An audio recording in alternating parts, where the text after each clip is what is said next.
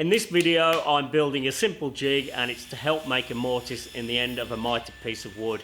And the reason for it is you may have seen in my recent videos that I built a handheld mortiser, and on that I built a very simple fence that's compact and stays at 90 degrees.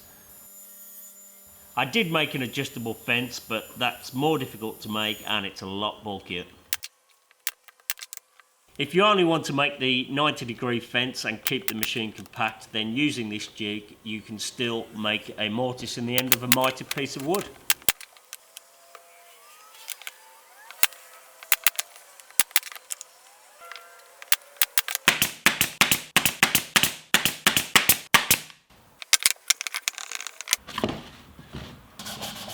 It's almost ready to use, but before you do so, just check that it's accurate. So if we put a square against this face here, which will be the top, and then on this 45, just push another square, the 45 of the square up, and hopefully you've got no gaps. I've got a slight gap there.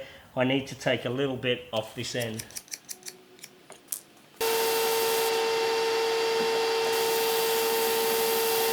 It wasn't too difficult to do, but I should have probably been a bit more careful when I put it together. But either way, it's worked out anyway, because that's perfect. And check it across the whole thing. I'll check it in the middle as well. That's absolutely perfect as well. And at the top. That really is worth checking and making sure it's accurate. It gets clamped to the workbench top, and it needs to hang over the edge. The workpiece then gets clamped underneath. So the workpiece does need some clearance underneath the workbench for it to go. Over this wing is perfect. We need a reference line along the middle. And we need to transfer that down as well. I've just prepared these pieces here for a test, so I'll just mark the centres.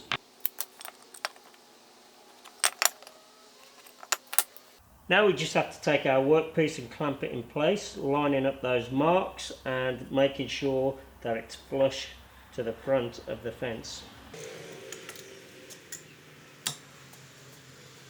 The usual way to make a cut like this is you'd have the workpiece the opposite way around, and we'd have the fence up against this face here, and then we'd make our cut into the end, just like on my biscuit jointer here, and the same as if you make the adjustable fence for this one as well. But with this jig you just use the square fence and you place it on top of the jig and make your cut that way, and it comes out exactly the same.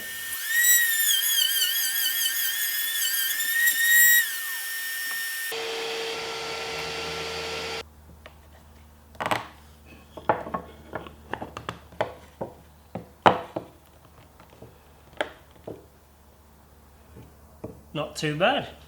The jig also works very well in a vice, and that gives plenty of clearance to put your workpiece underneath.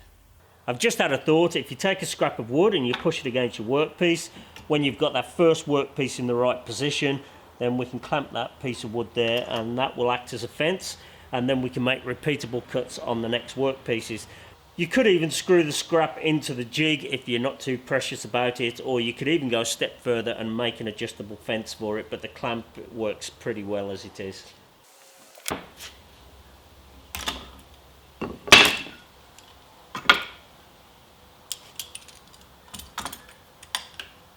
It was a simple video and a straightforward jig, but hopefully somebody found it useful.